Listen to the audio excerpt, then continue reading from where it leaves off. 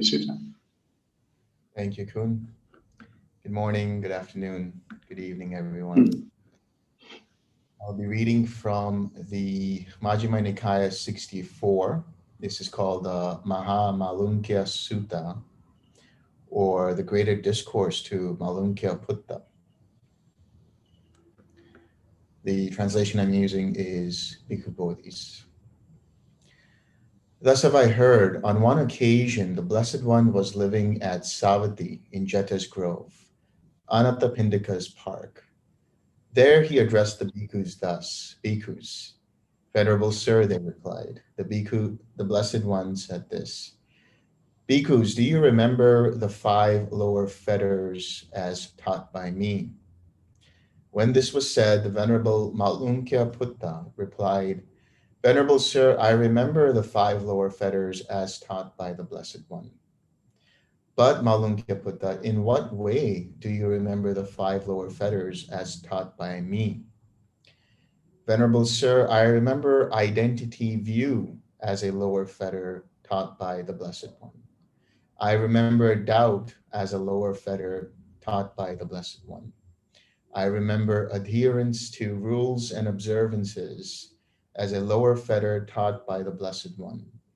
I remember sensual desire as a lower fetter taught by the Blessed One.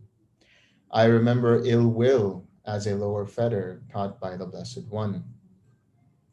It is in this way, Venerable Sir, that I remember the 5 lower fetters as taught by the Blessed One.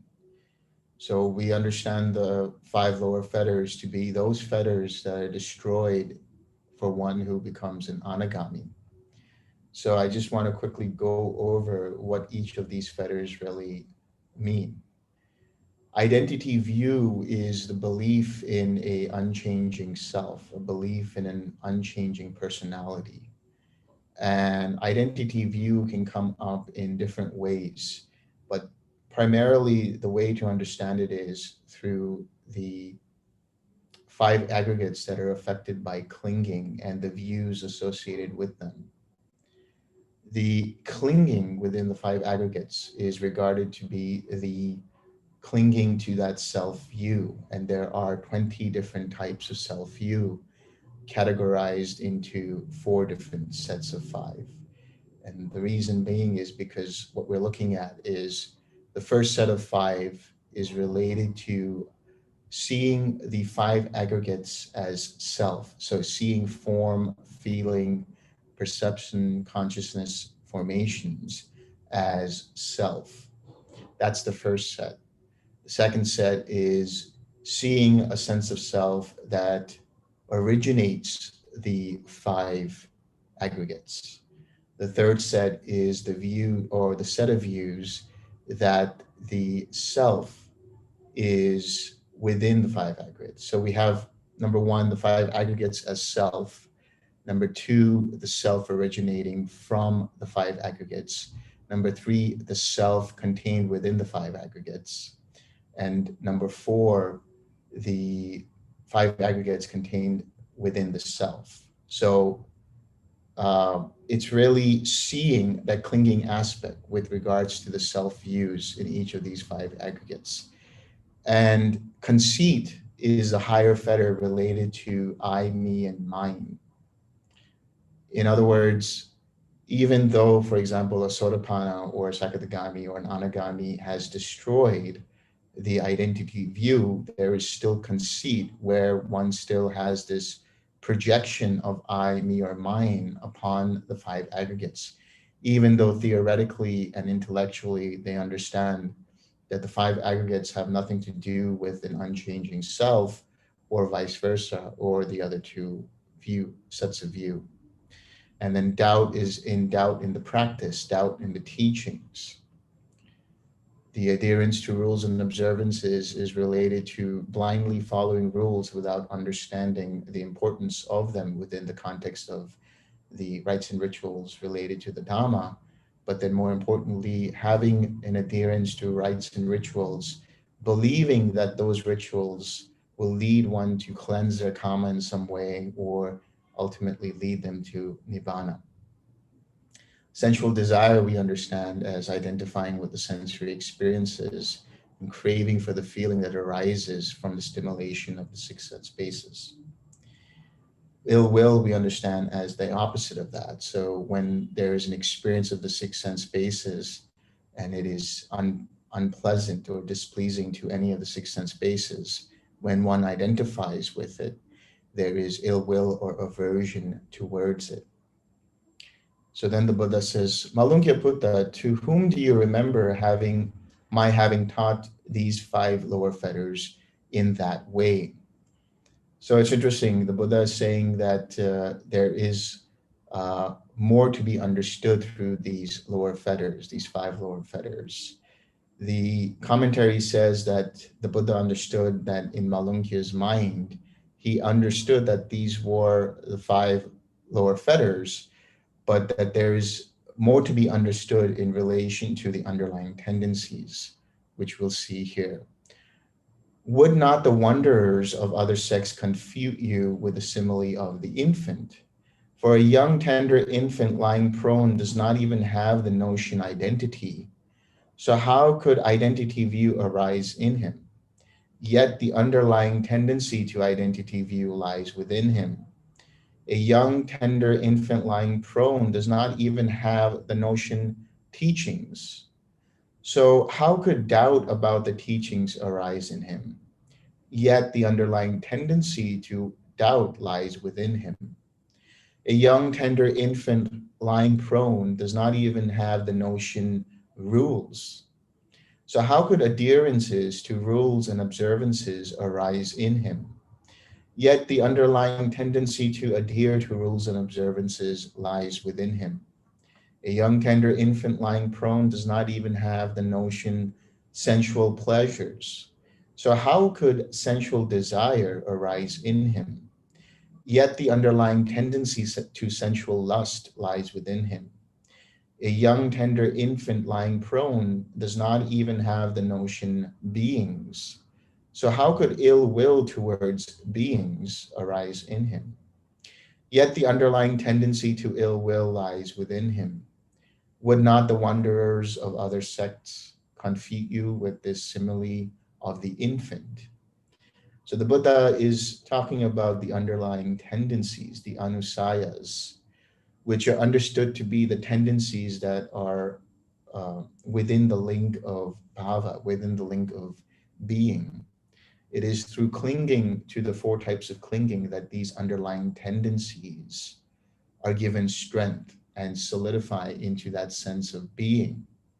And so the Buddha here is referring to an infant who doesn't even have the notions about certain things related to the world, who doesn't have the notions of understanding of the teachings, who has no notion of sensual pleasure, who has no notion of the other beings. How could he have ill will or craving? How could he have doubt? Doesn't have a sense of understanding of self-view or what is not self-view and so on. But there is still the underlying tendency. And how does this arise?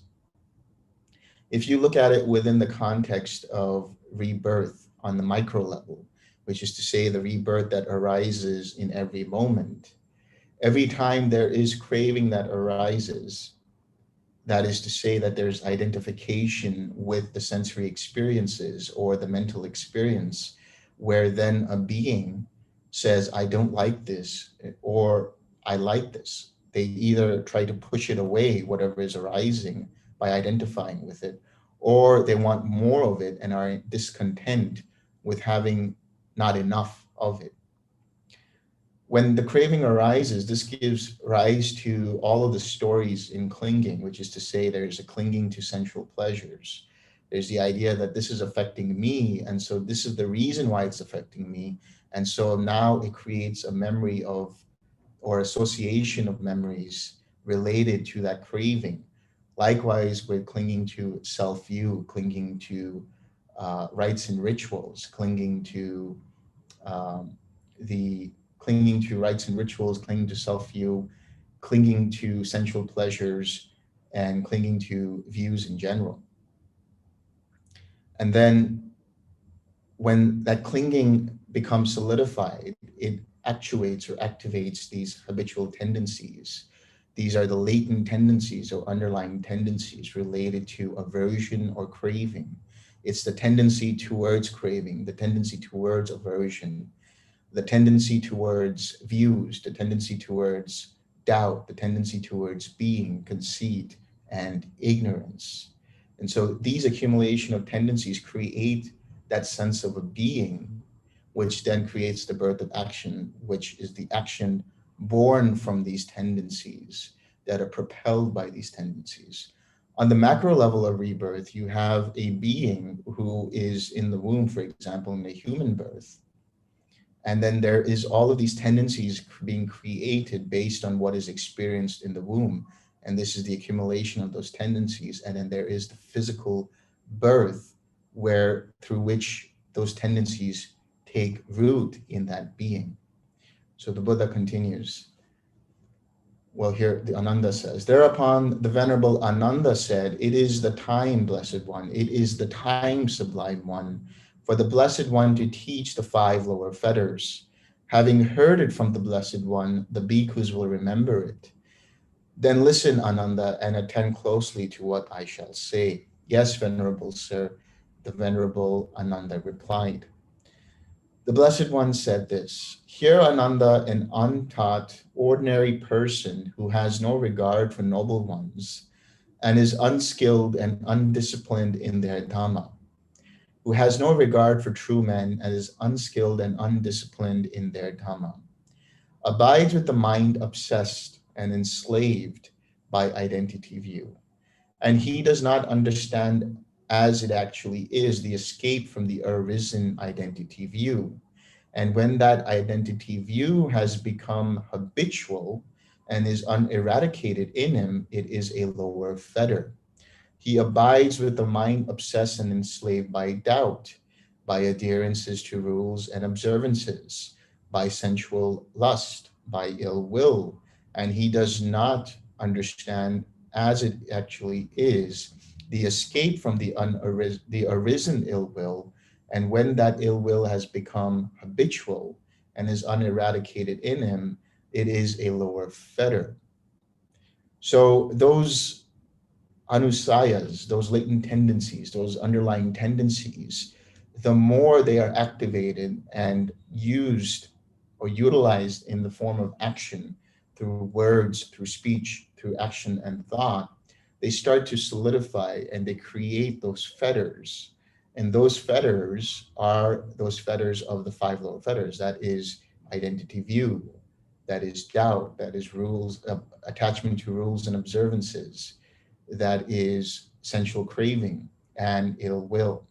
So the more one behaves and acts and thinks and speaks in a way that is rooted in these accumulated tendencies, in these underlying tendency towards all of these different ways of being, the further solidified those fetters become. And those fetters are those that chain one to this sensual sphere. And by extension, all the fetters chain one to samsara in general. And so he says, a well-taught, noble disciple who has regard for noble ones and is skilled and disciplined in their Dhamma, who has regard for true men and is skilled and disciplined in their Dhamma, does not abide with the mind obsessed and enslaved by identity view. He understands as it actually is the escape from the arisen identity view. And identity view, together with the underlying tendency to it, is abandoned in him. He does not abide with the mind obsessed and enslaved by doubt, by adherence to rules and observances, by sensual lust, by ill will. He understands as it actually is the escape from the arisen ill will, and ill will together with the underlying tendency to it is abandoned in him. So this is really the process of using right effort, the process of using the 6 R's.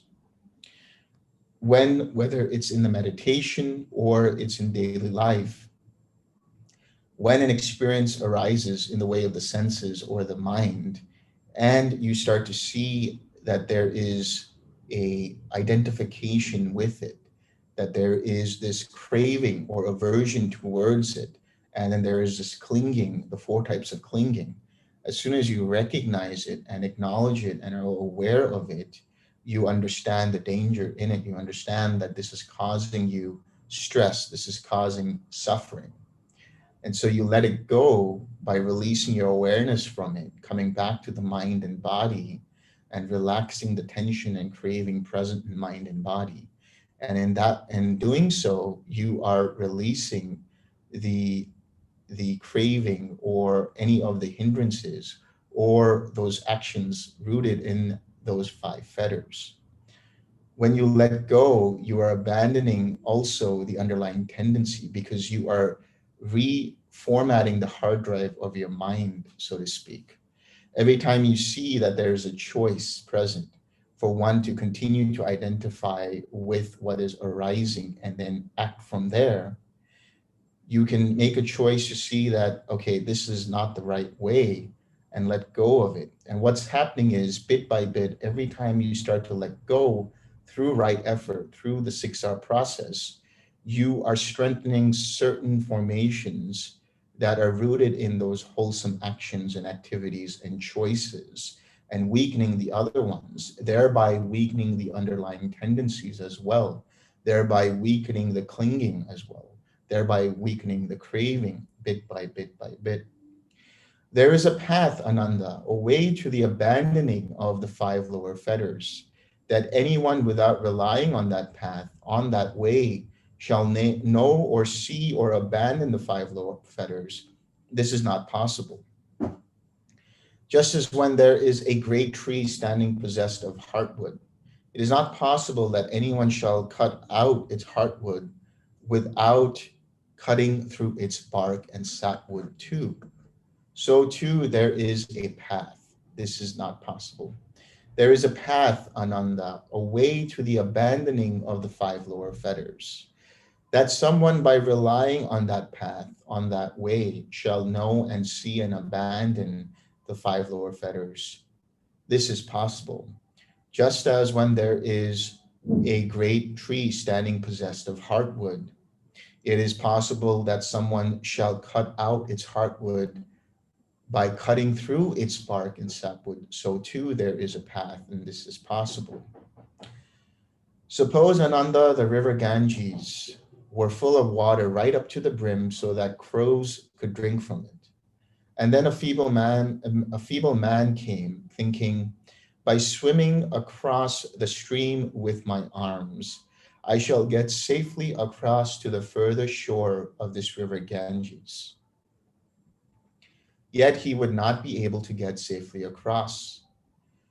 So too, when the Dhamma is being taught to someone for the cessation of personality, if his mind does not enter into it and acquire confidence, steadiness, and resolution, then he can be regarded as like the feeble man.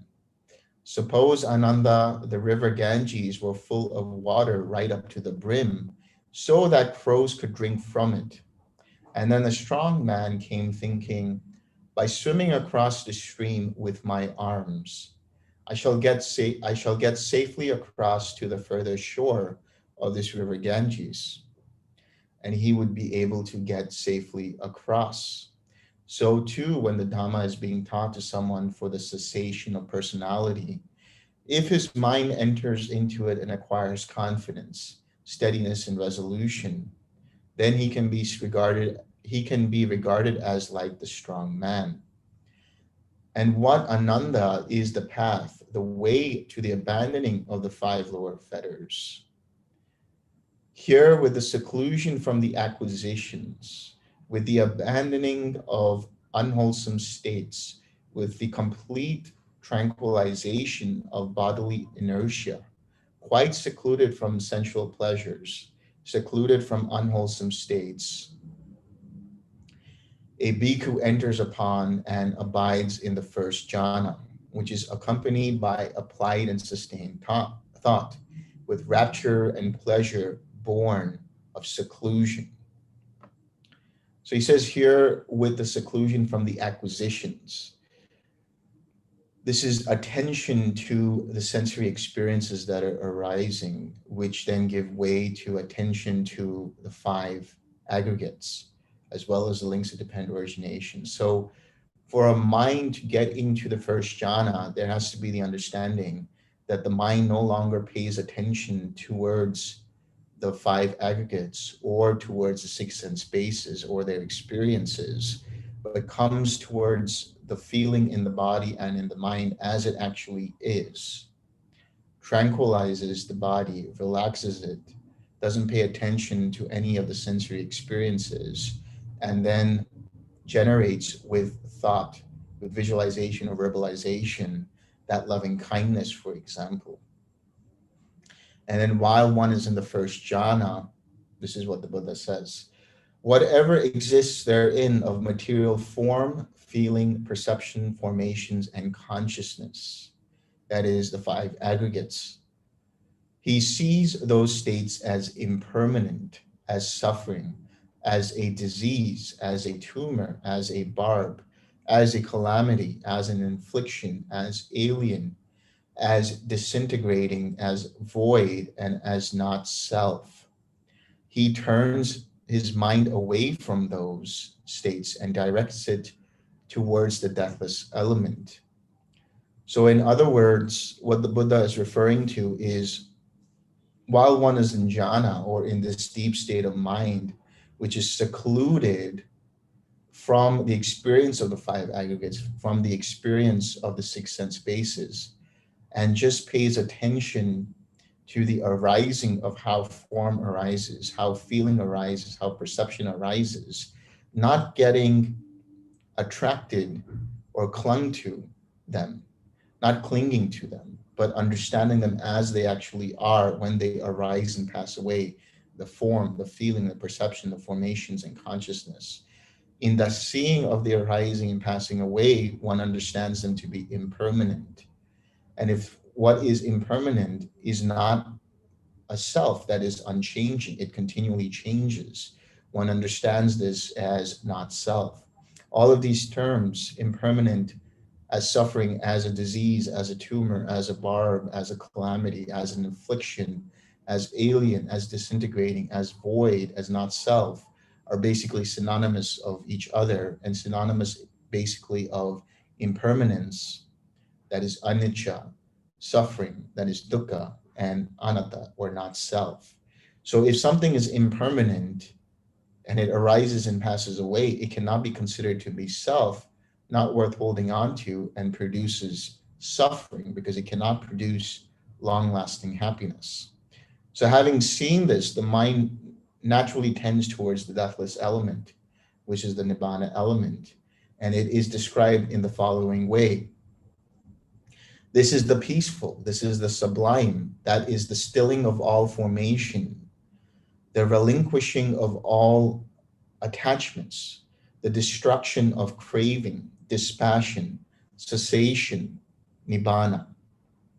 Now, all of these are synonymous with nibbana, but also progressive paths towards nibbana, or progressive steps towards nibbana. The mind is peaceful. It understands the sublime quality that is in the mind. The mind stills the formations. It stills the bodily formations by relaxing and letting go of the mental formations, letting go of the verbal formations. The relinquishing of all attachments, that is to say, the relinquishing of identifying with any of the five aggregates, understanding the five aggregates as they really are, which are impermanent, suffering, and not self. One lets go of this attachment to the five aggregates as well as the six sense bases, which leads naturally to the destruction of craving. Because as soon as you understand feeling, the link of feeling as it actually is, you don't identify with it and you understand it, and you don't have any craving or aversion arising. Therefore, the mind is naturally dispassionate. It has no disturbance in it, and it is completely disenchanted, and that leads to cessation. Cessation here, one can say it can mean the cessation of perception and feeling, but that too is just a state. Here, I want to say that cessation is referring to the third noble truth of Nirodha, the experience of having let go of your attachments to the causes and conditions of suffering is Nibbana, is Nirodha. It's the relief that is felt that leads to that Nibbana element. If he is steady in that, he attains the destruction of the taints. But if he does not attain the destruction of the taints because of that desire for the Dhamma, that delight in the Dhamma, then with the destruction of the five lower fetters, he becomes one due to reappear spontaneously in the pure abodes, and there attain final Nibbana without ever returning from that world. This is the path, the way to the abandoning of the five lower fetters. I'm going to get to this understanding in a little bit about if one is steady, one attains the destruction of the asavas. And if one still has desire and relishes in the Dhamma, one is an Anagami. I'll get to that. I want to go through each of the jhanas. It's important to just understand how you see the five aggregates as they arise and pass away. Let go of them and then let the mind settle into that aspect of Nibbana as you progress through each jhana. Again, with the stilling of applied and sustained thought, a bhikkhu enters upon and abides in the second jhana. Again, with the fading away as well of rapture, a bhikkhu enters upon and abides in the third jhana. Again, with the abandoning of pleasure and pain, a bhikkhu enters upon and abides in the fourth jhana, which has neither pain nor pleasure, and purity of mindfulness due to equanimity. And then again, he reflects, whatever exists therein of material form, feeling, perception, formations, and consciousness. He sees those states as impermanent, as not self. He turns his mind away from those states and directs it towards the deathless element. This is the path, the way to the abandoning of the five lower fetters. Again, with the complete surmounting of perceptions of form, with the disappearance of perceptions of sensory impact, with non-attention to perceptions of diversity, aware that space is infinite, a bhikkhu enters upon and abides in the base of infinite space. Whatever exists therein of feeling, perception, formations, and consciousness. Notice that he does not mention form here, because now we are entering into the territory of the arupa jhanas, or the formless ayatanas, the formless spheres of understanding. And in that case, there is no more connection with form, which is the body. The sensory impact of the body is not felt as much as it would be felt in the preceding four jhanas. So he says, whatever exists therein of feeling, perception, formations, and consciousness, he sees those states as impermanent, as suffering, as not self. Having seen this, he turns his mind away from those states and directs it towards the Nibbana element. And then he understands the different gradual steps that lead up to Nibbana and are synonymous with Nibbana. He abides in the letting go, in the release of cessation, in the release of suffering, in the cessation of suffering. This is the path, the way to the abandoning of the five lower fetters. Again, by completely surmounting the base of infinite space, aware that consciousness is infinite, a bhikkhu enters upon and abides in the base of infinite consciousness. Whatever exists therein of feeling, perception, formations, and consciousness, he sees those states as impermanent, suffering, and not self. He turns his mind away from those states and directs it towards the deathless element. This is the path, the way to the abandoning of the five lower fetters. Again, by completely surmounting the base of infinite consciousness, aware that there is nothing, a bhikkhu enters upon and abides in the base of nothingness. Whatever exists therein of feeling, perception, formations, and consciousness, he sees those states as impermanent, as suffering, as a disease, as a tumor, as a barb, as a calamity, as an affliction, as alien, as disintegrating, as void, as not self. He turns his mind away from those states and directs it towards the deathless element thus. This is the peaceful, this is the sublime, that is the stilling of all formations, the relinquishing of all attachments, the destruction of craving, dispassion, cessation, nibbana. If he is steady in that, he attains the destruction of the taints. But if he does not attain the destruction of the taints because of that desire for the Dhamma, that delight in the Dhamma, then with the destruction of the five lower fetters, he becomes one due to reappear spontaneously in the pure abodes, and there attain final nibbana without ever returning from the world. This is the path, the way to the abandoning of the five lower fetters.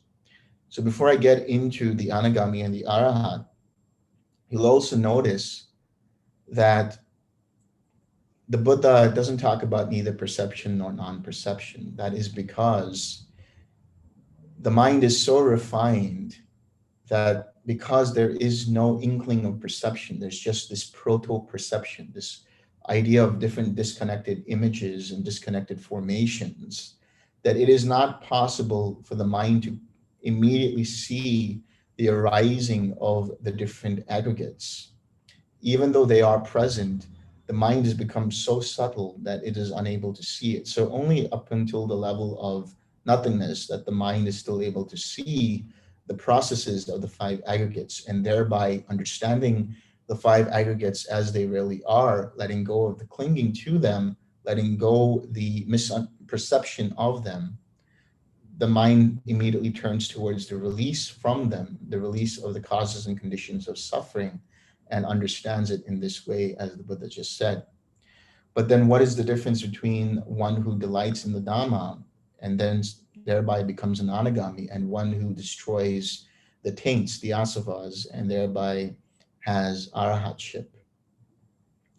When a being has the destruction of the five lower fetters, if that being still identifies with the Dhamma, which is to say that they relish in just the Dhamma itself, the Dhamma is a wonderful thing, but in identifying with it, you are essentially using the simile of the raft, you are essentially carrying along the raft with you after you get to the other shore. So you need to let go of the attachment to the Dhamma at that point. When one is an Anagami, one needs to let go of that attachment, because it is that pride in the Dhamma, in the identifying with the Dhamma, that there is still the conceit.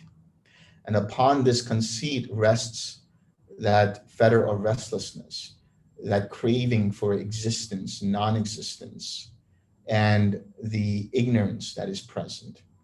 One still hasn't completely let go using the Four Noble Truths, completely understanding the Four Noble Truths.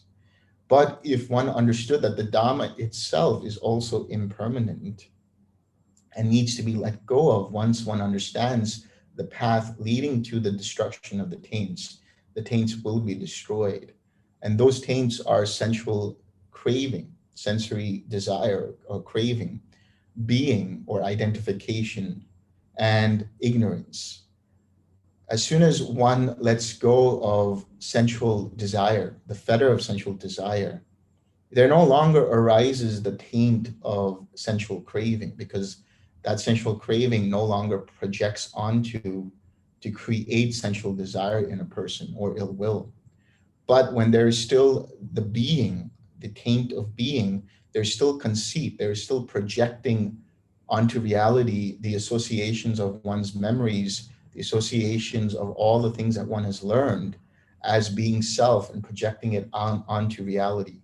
Having conceptual proliferation, which is to say that when you see a tree, that tree is identified as something that gives you shade, and you identify it as something that serves you, or you serve it, or whatever it might be, there is this subjectivity, objectivity dichotomy that's going on with the level of conceit. So there is still this sense of being, which still has certain accumulated tendencies. And of course, ignorance being not understanding fully the Four Noble Truths, because one still hasn't completely let go, utilizing the Third Noble Truth after having abandoned all notions of craving and all aspects of craving, including craving for existence, including craving for the Dhamma itself.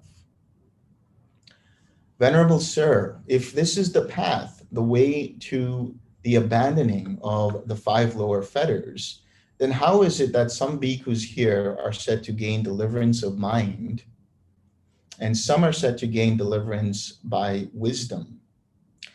The difference here, Ananda, is in their faculties, I say. So the Buddha says that there is a path leading to the destruction of the 5 lower fetters, and that is the path of understanding the jhana processes, and then going through one, and then allowing the insight of seeing how the 5 aggregates arise, and therefore are impermanent, suffering, and therefore not self. And then the mind turns towards the release from suffering. That is the insight practice that happens within the serenity practice of the jhanas. But there are people or beings who have been delivered, who have understood rightly without the jhana practice. So it's not to say one is important than the other, because there are those who have been delivered or have been liberated through insight alone, and there are those who have been liberated through the jhana practice, through serenity, through having gone through the jhanas, having gone through cessation, and then seeing without involvement in the links of dependent origination how this whole process arises. And then there are those who have been liberated by both wisdom, by insight, as well as by jhana practice, by understanding cessation and seeing how the links arise. There's no difference in terms of their ability to have attained nibbana, or their state of having attained nibbana, let's say. But the only difference is how they got there. That is what the Blessed One said. The Venerable Ananda was satisfied and delighted in the Blessed One's words.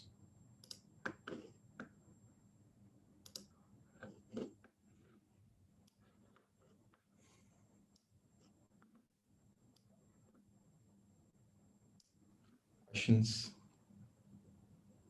Comments?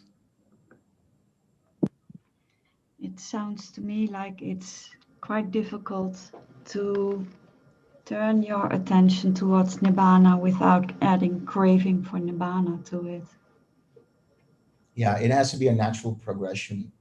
So there can be the intention for nibbana, which is to say you have chanda, you have cultivated desire or cultivated intention towards nibbana. So if you are in the practice of jhana, know that your intention is to attain the cessation of suffering. But once you have that intention, you let that go and just continue on with the practice. And the practice will naturally unfold. So in this sutta, it does say that the mind directs towards the deathless element. This can be seen as a practice for people who might have attained higher stages where there's determinations involved and things like that. But generally speaking, the progression that you see with that statement that this is tranquil, this is sublime, this is peaceful, this is the stilling of formations and so on, it is really the natural progression that arises as you go through the jhana practice. So it's a matter of having the desire, having the intention of attaining nibbana, letting that go, and then in the process of letting go, anything that arises, experiencing that mundane nibbana at the level of the relaxed step, and then continuing on forward, letting go even subtler and subtler layers of formations and desires. Thank you. I would like to ask you one question. Yes. Why in this sutta a little boy has no wrong views or intentions was mentioned? It is quite possible with all the human beings. and that too who are in the path of progress of practice. Why is it required to mention the little boy? Well, you're talking about an infant. So what we're saying is that the infant, as we understand it, in terms of, I mean, we can try to scan their brain and understand if they experience the world the same way we do. But in this understanding, it's saying that an infant who has no understanding of the world around it and is naturally learning through the six sense bases, naturally picking up information into the brain through the six sense bases, won't have these notions. That's the general understanding. But then as they grow up, they start to develop certain tendencies upon craving for certain foods, for example, or craving for a certain toy, for example, or not liking this taste, not liking vegetables, for example, or, whatever it might be. And as they grow up, let's say they become a teenager, they get curious about certain philosophies, they get curious about certain ideologies. And as they go into adulthood, they discover the Dhamma, and then they might have doubts about it. So with an infant, as we currently understand it, they're just picking up information. They're not necessarily interacting with the world at the level that an adult would or a teenager would. They're just soaking up all of this sensory information. And then those underlying tendencies that are present are developed further by their identifying with those experiences, by them craving for those experiences. Thank you.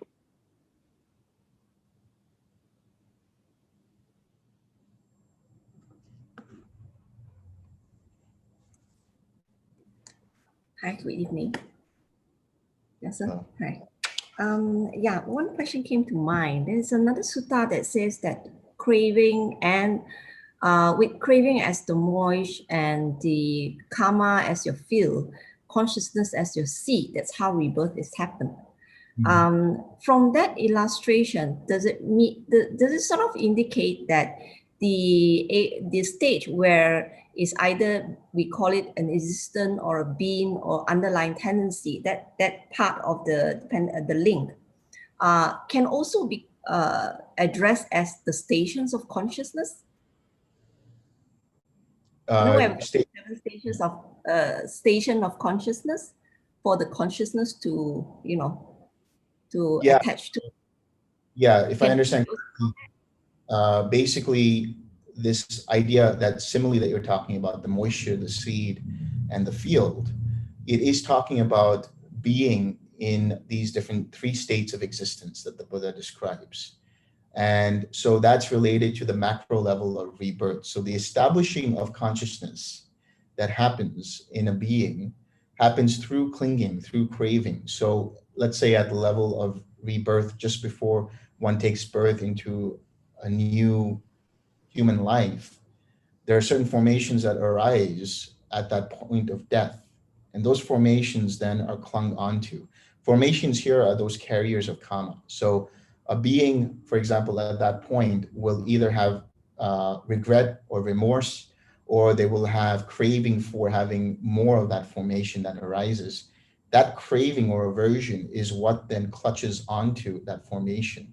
That formation, that consciousness having dissipated, those formations are carried forward in that new consciousness that establishes itself in that new being. And so there's that rebirth. Okay.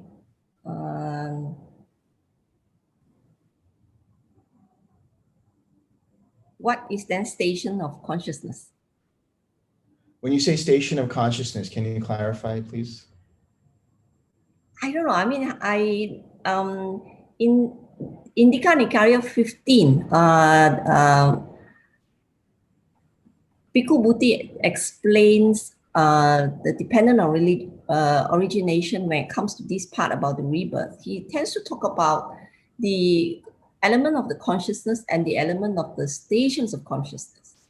And the way he says it is like the station of consciousness is like the field of karma, where it becomes mentality and materiality. Without that and without the consciousness to attach together, there would not be rebirth. So I'm just wondering, is there another word of saying the same thing? Because sometimes Buddha tend to explain the same concept with different ways. That's something quite confusing. Yeah, as I understand it, there is that interdependency between consciousness, which gives vitality to Namarupa, which gives vitality to mentality, materiality. So consciousness cannot continue to exist without the mentality, materiality. So using the example I just gave you of, let's say we have a secondary human birth, when that being clutches onto those formations, when they have craving or cling towards those formations, that consciousness with that destruction or dissipation of that old mentality, materiality dissipates, because that consciousness was dependent upon that mentality, materiality.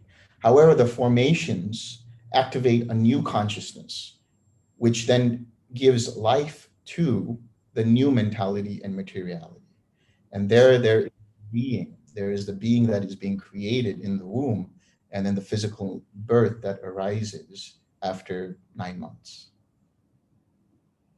So that station of consciousness that you're talking about is Namarupa, is mentality, materiality. There is a I think that's probably, probably it. Yeah. Okay. Then when it comes to the jhana stages that is explained in this sutta, for example, it seems to me the process of attaining sotapanna, you go through the same stages of jhana, right? And arupa jhanas. And when you want to go through the next level, sakadagami, you exercise the same again, right? Until you reach anagami and arahant. What is the difference between the stage of sotapanna and sagadagami and anagami at the stage of your after sphere, or after the base of nothingness and perception and non-perception? At that stage, what is the difference between these few levels at that stage? Yeah. So, for example, one who continues on with the jhanas and experiences neither perception nor non-perception, they have the experience of nirodha samapatti, and then have understanding of the links of different origination, then they become a sotapanna. When it comes to sakadagami, the same thing can happen, same with an anagami and an arahant. But the experience of nothingness and neither perception or non-perception, and in fact, of each of the jhanas, becomes clearer and clearer as the mind becomes clearer and clearer. So because, for example, in the sakadagami, the sensual craving and the ill will are greatly diminished. There's not a lot of hindrances that might arise that give rise to disturbances in the mind. It's much easier for one to stay in any of the jhanas, and more importantly, to identify the factors of the jhanas. When one becomes an anagami, there is no sensual craving or any ill will present at all, no aversion or craving present at all. Because of that, the hindrances related to those fetters are no longer present. And so one will still be able to more clearly see the factors of the jhana. Then with an arahant, there being no fetters at all present, thereby there being no hindrances present either. With the snap of a finger, the arahant is in a jhana and can immediately identify each of the factors of the jhana with precision. Right, so that's the difference. Because I was also contemplating, let's say if you are going to sakadagami, where it reduces only the ill will and sensual desire, it's not anagami. Do you actually physically train yourself to be more charitable, reduce your sense of desire, then you actually have better meditation, or you actually practice your meditation, you will automatically reduce? I was wondering which one first. You can do either one, but there is a difference as you continue to, let's say, create wholesome karma, continue to create wholesome intentions, continue to use, let's say, the 6R process to continue to less and less identify with sensory experiences, less and less crave for sensory experiences, that will eventually, over time, translate into a better meditation practice. And when you have a better meditation practice, it's much easier for you to have the mindfulness to identify in the present if there is craving arising and then immediately let it go. Yeah, the mind is clearer. Okay. Sorry, I have so many questions in one sutta. Liberated by mind and liberated by wisdom and liberated by both ways is always talked about when Ananda recording who has attained Arahant. And here it says just one line, the difference is in their faculties. Actually, what does it really mean? Yeah, so faculties really is talking about one who is more prone towards meditative practices. The mind is naturally inclined towards getting into jhana, naturally inclined towards meditation. There is a mind that is analytical, a mind that is more, intellectual, more understanding the theories behind certain things in the Dhamma, and is able to pick up certain things much clearer without having to have gone through the jhana. So the faculties here are related to if a person has the inclination towards analysis and reflection, or inclination towards meditation, and of course the jhanas. Okay, understand. Now I understand. Okay, makes sense. Thank you. Hi, Delson. My question is the same one which she asked at the end. Like, it is the two ways, the deliverance of mind and deliverance by wisdom.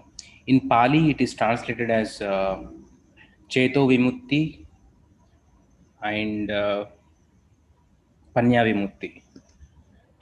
It looks like, for me, like before this talk, my understanding was that one has to first attain the Cheto Vimutti, deliverance by mind, followed by, it is just like being in jhana. Then after he will be liberated. Then it is called Panya Vimutti.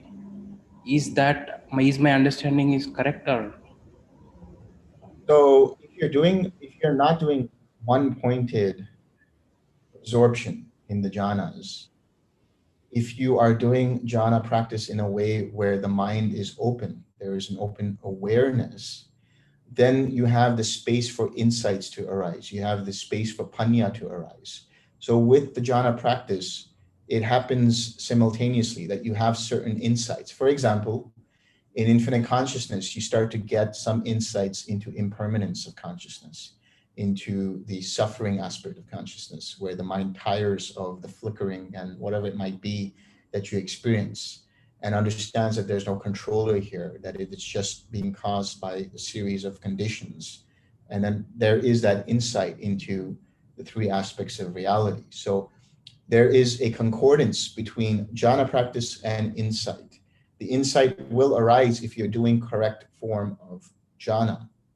So it's not that they are divorced, that they are separate from each other. They are very much intertwined when you have the jhana practice. One who has panya vimutti, one who has cheto vimutti will have insight arise into the understanding of dependent origination. One who is liberated by wisdom, panya vimutti, is one who reflects on the Dhamma, reflects and understands the five aggregates as they are, understands it, lets go of it, and has this deep understanding. And that insight that arises is quite natural. It doesn't arise because of analysis. It's not another thought that arises. It is an experience of nibbana, which is the experience of letting go and the effect of letting go, which is that nibbana element, the deathless element. And then, of course, one who is liberated in both ways is one who has practiced both, one who has gone through the practice of the jhanas, seen with wisdom dependent origination, and one who has also reflected on the five aggregates and experienced the deathless element without the foundation of jhana practice. Delson, you mean Panya Vimutti is through the experience of Nibbana only? Yes, there will still be an experience of Nibbana. There will still, because it is the cessation of suffering that one understands the Four Noble Truths. That yes, there is suffering. This is the cause of suffering. There is the abandoning of the cause of suffering, and thereby the nirodha, the cessation of suffering. And this is how it was. But using the tools of the fourth noble truth.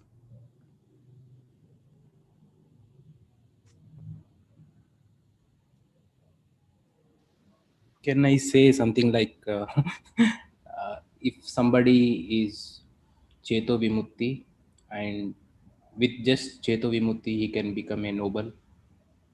Noble means minimum Sotapanna. One Without can, Panya Vimutti. excuse me? Without Panya Vimutti, can anyone become noble? But that's what I'm saying. Even with Cheto Vimutti, there is still insight. There is still insight that arises. Okay. Okay, I got it. I'm just trying to understand the word of unifications of mind in, like jhana 4th and onward. You have to have, I think it's a Pali word, ekakata, unificate. Am I understanding correctly? Like it's the unification of mind. That is the mind, which is like knowing, like, am I understanding? Like, correct me if I'm wrong. Like knowing and the contact, feeling, awareness, or intention, attention. I'm saying backward, and then perceptions all together is described as a unification of mind. Like all has to be present and understanding all these elements one by one. So one is understanding contact as it arises, for example. Yeah. And I would say, if I remember correctly, and through my own experience, there is still unification of mind from the first jhana all the way up to the higher jhanas. So the unification of mind, it has been mistranslated or misunderstood as one-pointedness, one-pointed focus. But the way I understand it is, it's a attention that is unified around its object. It has an open awareness, open enough for insights to arise, but it is aware of what is happening as it is happening. So the process is happening, the process of contact is happening, whether it's mental or physical, through the faculty of contact. So what you're referring to are those 5 faculties that are present in mentality: the contact, the feeling, the perception, the intention, and attention. So one is aware of when contact is arising while one is in jhana. One is aware when perception is arising or feeling is arising. One is aware as it happens in that moment because of this unification of mind. That will not be possible with one-pointed absorption. If you have one focus, it's like a laser, which you're just completely on your object, but there is no ability for insights to arise. Whereas if your awareness is open enough, it will arise because your clarity of mind is able to see these different factors of mentality arise through their processes when they do in reality, in the present moment. So it's all about, that unified mind is all about having the attention, being on the object, but not so much to the point that it blocks out what else is arising in the way of feeling, perception, intention, contact, and so on. For example, intention. What is the intention here? The intention is to be in the first jhana or to be in the second jhana. So you are aware that there was an intention of that. The attention is you're aware of the attention on the object. The feeling is the mental feeling of experiencing the bliss of that jhana or experiencing the joy, the factor of that jhana. And the perception is noting and understanding, recognizing that this is bliss, that this is comfort, this is ease. and so on. And then the contact, of course, is the feeling of joy or the experience of joy making mental contact with the mind. Thank you.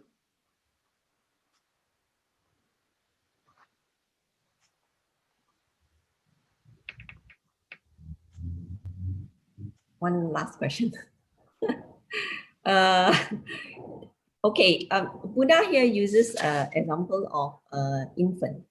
And I remember my child, the minute she was born, she was already very fierce. The nurse was saying that this is a very fierce baby. They have already a character, okay, of their own.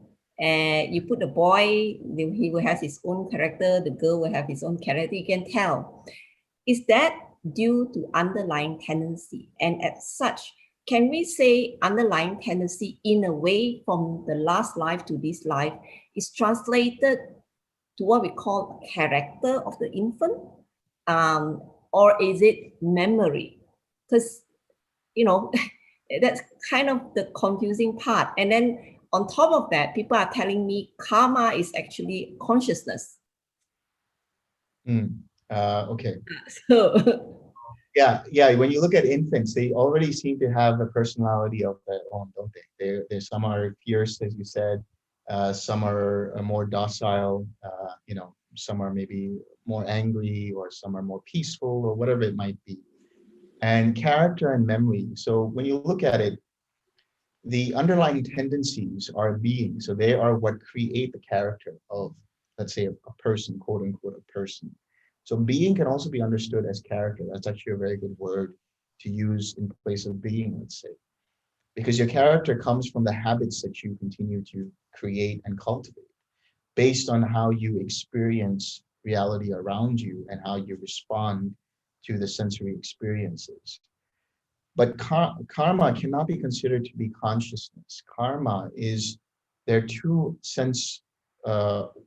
two words or sense of the word karma. In what I mean to say is, there's the active sense of karma, and there's the passive sense of karma. The passive sense of karma is the effects of choices made in the past. The active sense is the choice you are making now in the present moment. The decisions you make is the active karma that you produce, that is new karma. Old karma is the effect of karma that was produced by previous choices. So it's not that consciousness is karma, but consciousness can be a carrier for karma. It's the formations that activate the consciousness, but the formations have the karma within them and are carried forward through the consciousness, which then establishes itself in a mentality materiality, for example.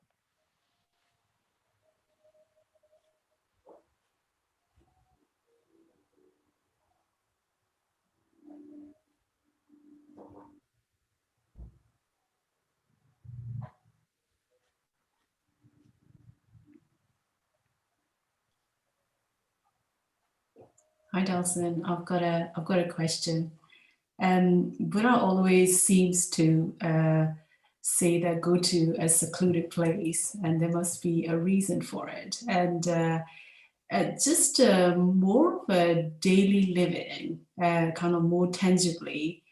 If I reflect on just a lay life, as to yes, we want to buy something, and you look up a product on Amazon, and tons of products come up. As you are reviewing the products, there is an activation of, I like it, I don't like it. This is what I want, this is what I don't want.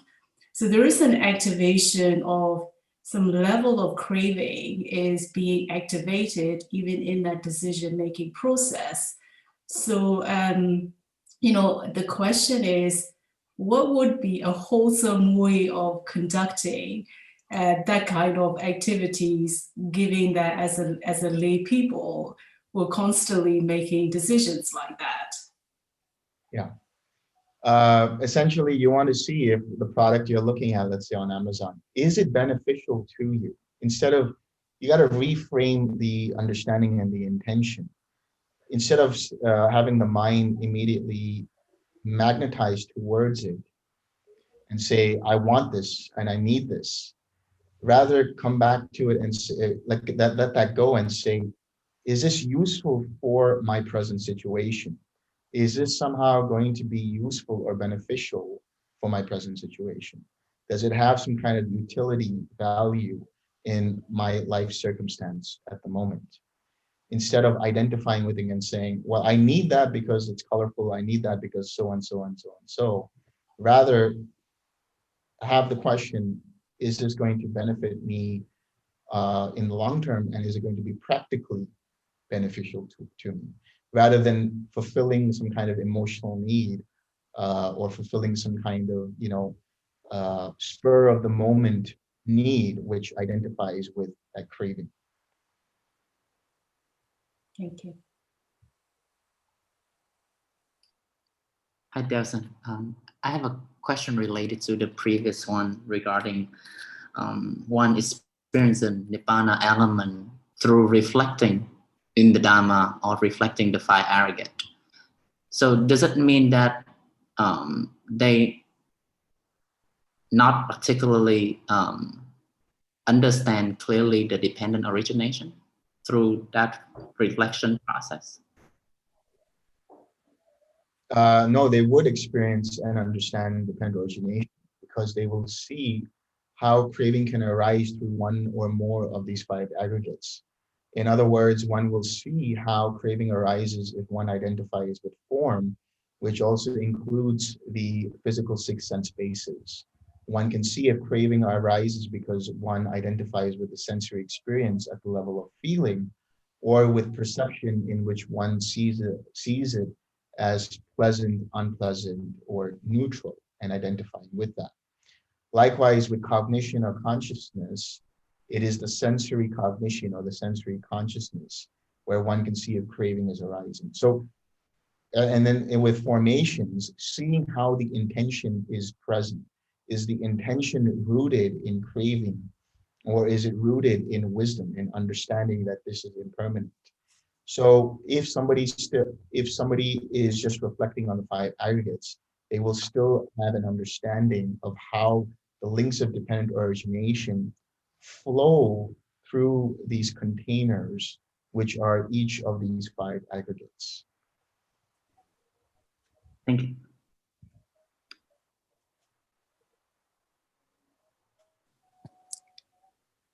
Hi, Delson. If I may ask, in the same regard that you have just talked about during the practice of the understanding on the reflection of the five faculties of the happenings, that they are a condition to the arising. So is it possible during the practice that this this awareness can lead to a faster and expedite the whole process from joy to from like you have still the awareness, the attention of the object, for example, compassion, or even it goes through the joy quicker and to a level that it is like, because you're all like you're able to reflect during the sitting that this is all condition given to each other, that you have this arising, and it takes you quicker to the step of a more like through all the process, that there is still the understanding, but there's the quietness that all through it was quicker, like all through the stages. I don't know if this is happening, but this seems to be the way that it is like once you understand, because the previous talks that I was having with you is that it is all conditioned. So when the sitting is there, this was understood as they are conditions, like all these happenings that surround it is giving each other a condition, and this leads to a quick steps to a very still like a stage of like backdrops of one to another, the quietness that has been able to prolong and stay like in the mind. And while you're still aware what is around you. So is this possible? My question is like, is it like something that you can still reflect during your sitting? Like you're seeing the, I have the perception of the feeling of my body towards what is going on, but it's still like you see it as a condition of the thing. So is it possible in the sitting that you have the reflection and all this happening, the faculties are going together? Yes, when it is. one with other? Yes, it is possible. And in fact, it is recommended that you have that reflection, but it should not be an intentional reflection. You need to see things naturally arise when they arise. It's not a matter of reflecting in the sense that, and this can be done, of course, within the jhana, outside of the jhana, but what's more conducive is to allow things to naturally unfold as they unfold, and then see them as they are in reality, in the present, understanding them as conditions, and then letting them go. And that expedites the process, is in the moment, seeing them as conditions, not holding on to them and letting them go. You then quickly get through each factor of the jhana or each step through the process of the jhanas. But even more important to that is, or more important than that, is that if you were able to reflect even just in the first jhana and see that all of these are conditions, the mind naturally drops all attachment to everything. And in fact, there is the potential for the mind, as we have seen in the sutta, to experience nibbana from the first jhana onwards.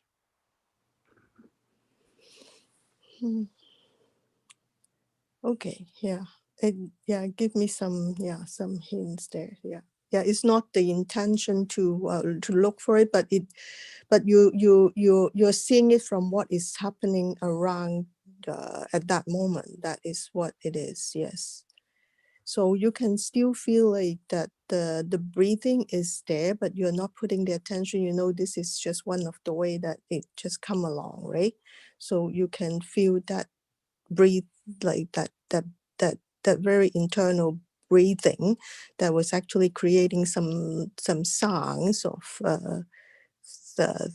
in the body, that inside the breathing, there is the sounds of the breathing that you are noticing.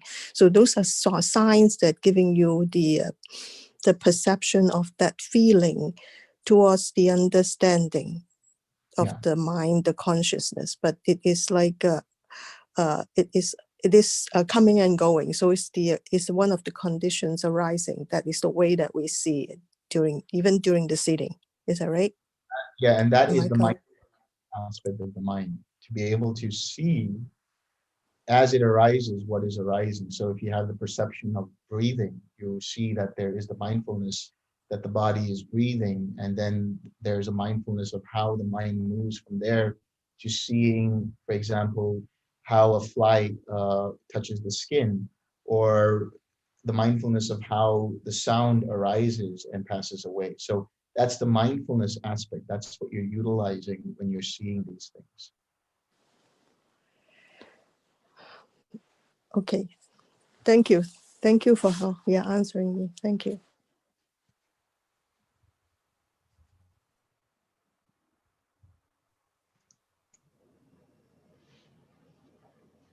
As a final question, maybe, I was thinking about what exactly are we doing when we are sharing merit?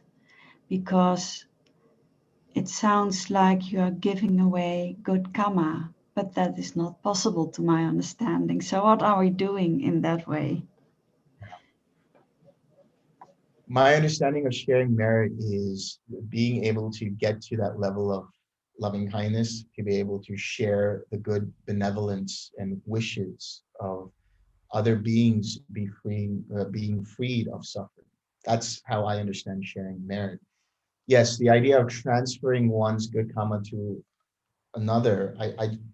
I can't say whether that happens or not, because there's different schools of thought about that. But on a very practical level, as I understand it, is when we share merit, we are all essentially tuned to that loving kindness, attuned towards that compassion. And in that, our minds are delighting in, let's say, our minds are uplifted. And whether that merit is shared or not, that is to be seen. But at the very least, for our own selves, let's say, we are experiencing the growth of loving kindness. Very clear. Thank you.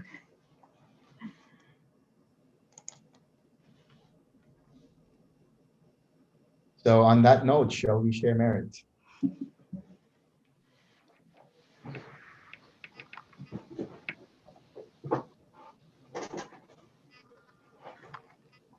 May suffering ones be suffering free, and the fear struck fearless be. May the grieving shed all grief, and may all beings find relief. May all beings share this merit that we have thus acquired for the acquisitions of all kinds of happiness. May being inhabiting space and earth, Devas and Nagas almighty power, share this merit of ours. May they long protect the Buddha's dispensation.